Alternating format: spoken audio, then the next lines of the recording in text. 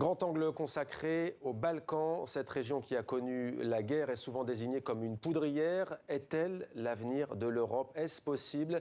La guerre en Ukraine a en tout cas forcé l'Union européenne à resserrer ses liens avec les Balkans. Avec nous pour en parler, Laurent Gélin, bonsoir. Bonsoir. Soyez le bienvenu sur TV5 Monde. Vous êtes géographe, journaliste, rédacteur en chef adjoint du site Le Courrier des Balkans et co-auteur avec Jean-Arnaud Derens du livre Les Balkans en 100 questions, Carrefour sous influence. C'est chez Talendier. Avec nous également Frédéric Petit. Merci d'être avec nous en direct de Bruxelles. Vous êtes député des Français de l'étranger en Europe centrale, Allemagne et Balkans.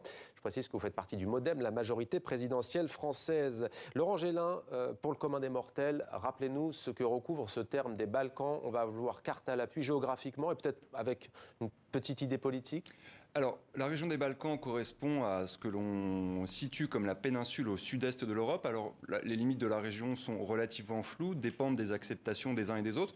On peut inclure dans les Balkans tous les États qui ont fait partie de la Yougoslavie, donc les États successeurs de cette fédération, auxquels on peut ajouter l'Albanie, la Grèce, la Bulgarie, la Roumanie, la Moldavie, un ensemble de plusieurs pays qui ont créé beaucoup de nouvelles frontières, on va dire, ces 30 dernières années. On a beaucoup entendu au moment de l'invasion russe de l'Ukraine, la guerre fait son retour en Europe, une première depuis la Seconde Guerre mondiale. Il y a des voix qui se sont élevées pour dire attendez, la guerre, il y en a eu des guerres en ex-Yougoslavie. Oui, tout à fait. Ces déclarations avaient causé beaucoup d'émotions dans les Balkans, puisqu'on se souvient que cette région a en effet été en proie à de nombreux conflits durant une décennie guerrière qu'on peut étirer de 1991 à 2001 et qui a causé plus de 130 000 morts dans cette région et plusieurs millions de réfugiés. Donc effectivement des combats très très durs qui avaient ensanglanté cette région qui se situe véritablement au cœur de l'Europe. Alors on va parler ce soir d'intégration puisqu'il y a des pays de l'ex-Yougoslavie notamment qui sont entrés dans l'Union européenne. Je veux parler de la Croatie notamment et de la Slovénie. Frédéric Petit, on va y venir, mais pour vous peut-être de manière générale, c'est une région, on le disait, qui est souvent associée avec des côtés plutôt négatifs, la guerre ou autre. Vous dites que les Balkans, c'est un peu l'avenir de l'Europe. En quoi, selon vous, les Balkans peuvent-ils l'être ? Écoutez, merci. Je ne sais pas si vous m'entendez bien. J'ai eu des problèmes de connexion. Parfaitement. Très bien, excusez-moi. Oui, alors quand je dis que c'est l'avenir de l'Europe, c'est une notion qui est un peu particulière. Les Balkans, je l'ai encore dit tout à l'heure avec mes collègues franco-allemands, je crois qu'ils vivent aujourd'hui une situation que l'Europe connaît bien, qui est une situation de conflit permanent que nous avons connue en Europe. L'Union européenne est pour moi une manière de résoudre. C'est pas un accord facile, c'est un accord qu'on a créé pour résoudre des conflits. Et donc aujourd'hui, ce principe que nous avons monté en franco-allemand, puis que nous avons monté à la sortie du communisme, cette grande médiation permanente qu'est l'Union européenne, elle doit faire son œuvre dans les Balkans. Pour moi, je ne dis jamais que c'est un grand frère qui accueille un petit frère, que c'est un centre qui s'étend vers la périphérie.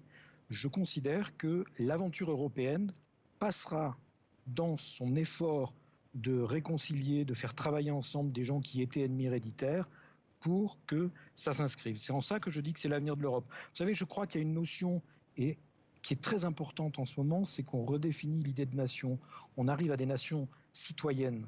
La nation n'est plus uniquement une nation ethnique, n'est plus uniquement une nation linguistique. Ça, c'est le modèle de l'impérialisme. Nous sommes en train de construire des nations citoyennes, des nations où on reconnaît le droit des minorités à exister, où on reconnaît des États qui peuvent être plurilingues, comme nous en avons beaucoup en Union européenne. Et en ça, je dis que ou bien notre modèle marchera dans les Balkans, ou alors peut-être que notre modèle n'était pas le bon et que en ça, les Balkans sont l'avenir de l'idée européenne. L'avenir de l'idée européenne. Frédéric Petit, restez avec nous. Je signale que vous parliez de vos collègues allemands et pour cause, parce qu'il y a en ce moment l'Assemblée parlementaire franco-allemande, 4e fois qu'elle se réunit depuis le traité d'Aix-la-Chapelle, donc il y a environ 4 ans. Laurent Gélin, la Croatie, la Slovénie, c'est fait. La Croatie a même adopté l'euro en début d'année. Pourquoi pas des pays comme la Bosnie-Herzégovine? Pourquoi pas des pays comme la Serbie? Alors, déjà, je voudrais ajouter que toutes les populations, tous les citoyens de ces États qui sont encore hors de l'Union européenne aspirent ou aspiraient à rentrer dans cette Union européenne qui est un gage de prospérité, de stabilité et de développement. Ensuite, effectivement, tous les pays de la région sont appelés à un jour rentrer dans cette union, mais font face à des difficultés politiques. On peut penser à la Bosnie, qui est un État toujours fracturé en deux entités, la République serbe au nord et la Fédération croato-musulmane au sud, un État fracturé depuis la guerre qui s'est achevée en 1995. Ensuite, d'autres difficultés sont remarquables au Kosovo, qui est un État qui a formellement déclaré son indépendance de façon unilatérale de la Serbie en 2008, mais qui n'est toujours pas reconnu par Belgrade et qui n'est d'ailleurs pas reconnu par 5 États de l'Union européenne. Donc comment intégrer un État qui n'est lui-même pas reconnu par certains des États membres, c'est compliqué. Ensuite, on a des difficultés politiques qui heureusement ont été aplanies ces dernières années, comme celle qui bloquait la Macédoine du Nord en raison de la question du nom. Les difficultés ont été aplanies avec la Grèce. La Macédoine a changé de nom pour désormais s'appeler officiellement la Macédoine du Nord, afin de ne pas avoir le même nom que la région éponyme en Grèce. Donc je dirais que les portes de l'Union européenne se sont ouvertes pour la Macédoine du Nord et pour l'Albanie. Il reste des difficultés, notamment pour la Bosnie-Herzégovine et pour le Kosovo, et évidemment pour la Serbie. Et on va le voir maintenant, plus de 30 ans après la dislocation de la République fédérale de Yougoslavie, il y a des nostalgiques, on les appelle même les Yougo-nostalgiques, ce sont les historiens qui les désignent ainsi. Ils regrettent l'éclatement de leur ancien pays, récit signé Mathieu Sarfati. Tous les 4 mai, depuis 43 ans, dans des uniformes datant de la Seconde Guerre mondiale, ces hommes et femmes rendent hommage à leur idole, le maréchal Tito. Autocrate assoiffé de pouvoir pour ses détracteurs, il fut au contraire un unificateur charismatique de la Yougoslavie pour ces nostalgiques qui se succèdent devant son mausolée à Belgrade. Parmi eux, de nombreux retraités portant des symboles communistes. Je suis yougoslave. Ils me demandent de quelle nationalité je suis. Je leur dis que je suis macédonien et que ma citoyenneté est yougoslave. C'est tout ce que je sais jusqu'au jour de ma mort. À l'époque, nous avions plus de démocratie que n'importe qui d'autre dans le monde. La classe ouvrière vivait sa vie, tandis que les bons à rien et les voleurs étaient en prison. Ces yougo-nostalgiques, comme les historiens les surnomment, regrettent l'éclatement de l'ancienne Yougoslavie, disloquée après la chute du communisme en une multitude de nations et d'ethnies, autrefois soudées par un même sentiment nationaliste. Pour cet auteur serbe et animateur radio, pas question de parler de citoyens croates, slovènes ou kosovars, mais plutôt d'un peuple yougoslave. Toutes les nations sont inventées et représentent un concept politique. Une nation n'est pas un état naturel. Une nation est une union de personnes dans un même espace avec des valeurs partagées et une ascendance commune.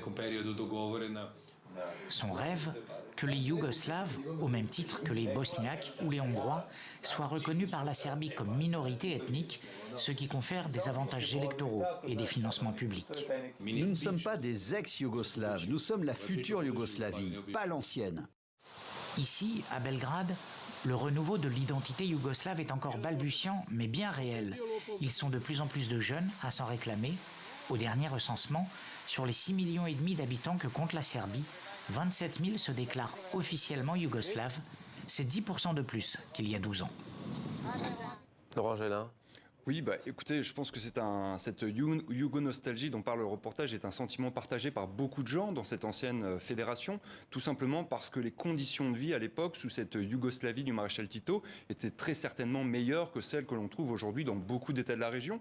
On avait un passeport internationalement reconnu, aussi bien à l'ouest qu'à l'est. On avait un pays qui avait le plein emploi, les gens pouvaient aller en vacances, se déplacer, etc. Donc pour beaucoup de gens, et notamment pour les générations nées dans les années 60, 70-80, la Yougoslavie représente un idéal qui a disparu et je dirais qu'il faut regretter puisqu'aujourd'hui les conditions économiques poussent au contraire les gens à quitter cette région et à émigrer massivement en Europe et notamment en Allemagne.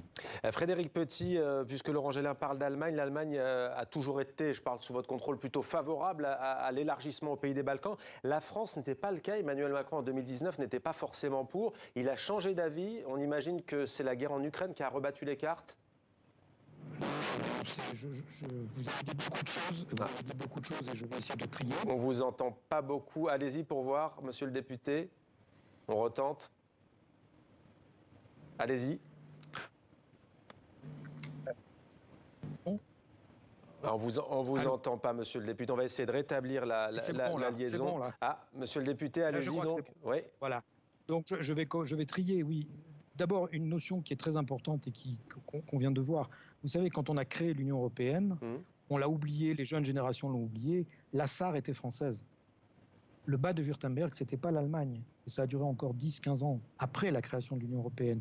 Donc ce genre de nostalgie. Et c'était chaud dans les rues de la Sarre. Hein. On se traitait de Speckfranzosen. C'est-à-dire que ces notions de conflit, la discussion avec le journaliste, je pourrais débattre des heures, moi, sur ce qu'il vient de dire. Au fond, c'est ce que j'ai dit avant sur nation citoyenne. Qu'est-ce que c'est qu'une nation? Je crois que ce que nous avons comme modèle doit servir à régler ça. Après, sur la position française et allemande différente, la position n'est pas fondamentalement différente. Vous savez, c'est ces deux nations qui ont encadré le processus de Berlin. Parce que quand on parle... Yougonostalgie, on oublie l'Albanie quand même, on oublie des choses qui sont très importantes pour moi, c'est que je parle rarement de Balkans 6, moi je ne parle pas que des 6 pays.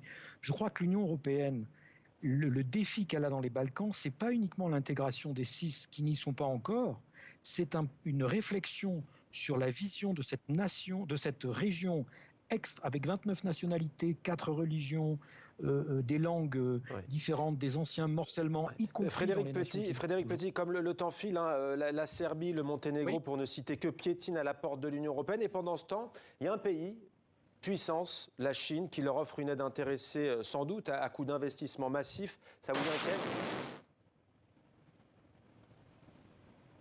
Et on a à nouveau, décidément, un petit souci de liaison. Ça va revenir, j'imagine. Allez-y, Frédéric Petit, parce qu'il me semble que vous avez bien entendu la question.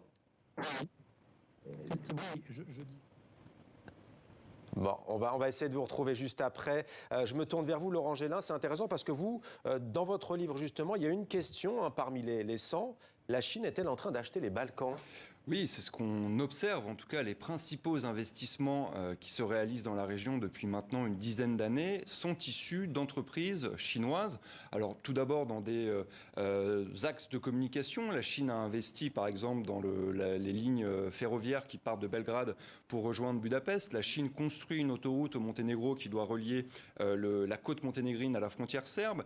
La Chine investit ensuite dans les usines, notamment au charbon, en Serbie, en Bosnie, avec des prêts qui sont estimés à chaque fois à plus de 600 millions d'euros, donc des investissements très lourds et qui échappent pour la plupart, je dirais, aux règles et aux normes de l'Union européenne, puisque par exemple ces investissements s'effectuent sans appel d'offres, très souvent, sans études d'impact environnemental, par exemple. Donc on a un investissement massif qui s'effectue de plus avec des taux de crédit extrêmement importants qui mettent en danger, je dirais, la stabilité financière des États de la région. Donc un investissement massif qui commence d'ailleurs à inquiéter les dirigeants de l'Union européenne. Et il y a d'ailleurs un autre pays dont on parle beaucoup dans la région, s'agissant des relations avec la Serbie, c'est la Russie. Et d'abord un mot, on a tendance à l'oublier, il y a de nombreux Russes qui ont rejoint la Serbie depuis la guerre en Ukraine. Oui, tout à fait. Depuis la mobilisation décrétée par Vladimir Poutine, on estime que 200 000 Russes se seraient réfugiés en Serbie. Une chose à noter, c'est que les liaisons aériennes entre Belgrade et Moscou n'ont jamais été interrompues, contrairement aux liaisons qui relient Moscou aux autres pays européens.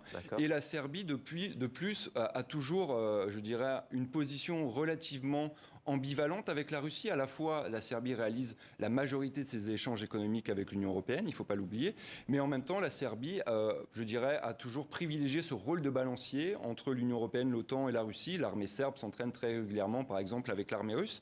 Et aujourd'hui, de nombreuses entreprises russes se sont installées en Serbie. On parle, par exemple, de 4000 entreprises qui se sont installées sur le territoire serbe depuis le début de la guerre en Ukraine, ce qui est évidemment un avantage et un bénéfice économique pour la Serbie aujourd'hui. Le prochain à adhérer à l'Union européenne, lequel a le plus de chances, en tout cas, selon vous? Alors écoutez, je me garderais bien de faire des pronostics, puisqu'à ce petit jeu-là, en général... Regardez les critères, la lutte anticorruption, le niveau économique. Disons que le Monténégro a ouvert une certaine série de chapitres de négociations avec l'Union européenne et semble en tout cas peut-être être le pays le plus avancé dans sa marche vers l'Europe.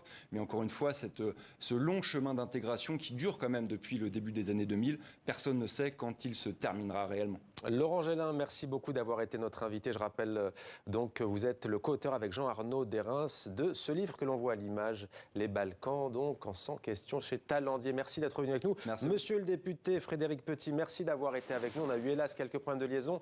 Vous êtes en tout cas le bienvenu sur le plateau de 64 minutes sur TV5 Monde à l'occasion pour parler des Balkans. On voit que vous êtes très pointu et très sensible à la question. Merci à vous.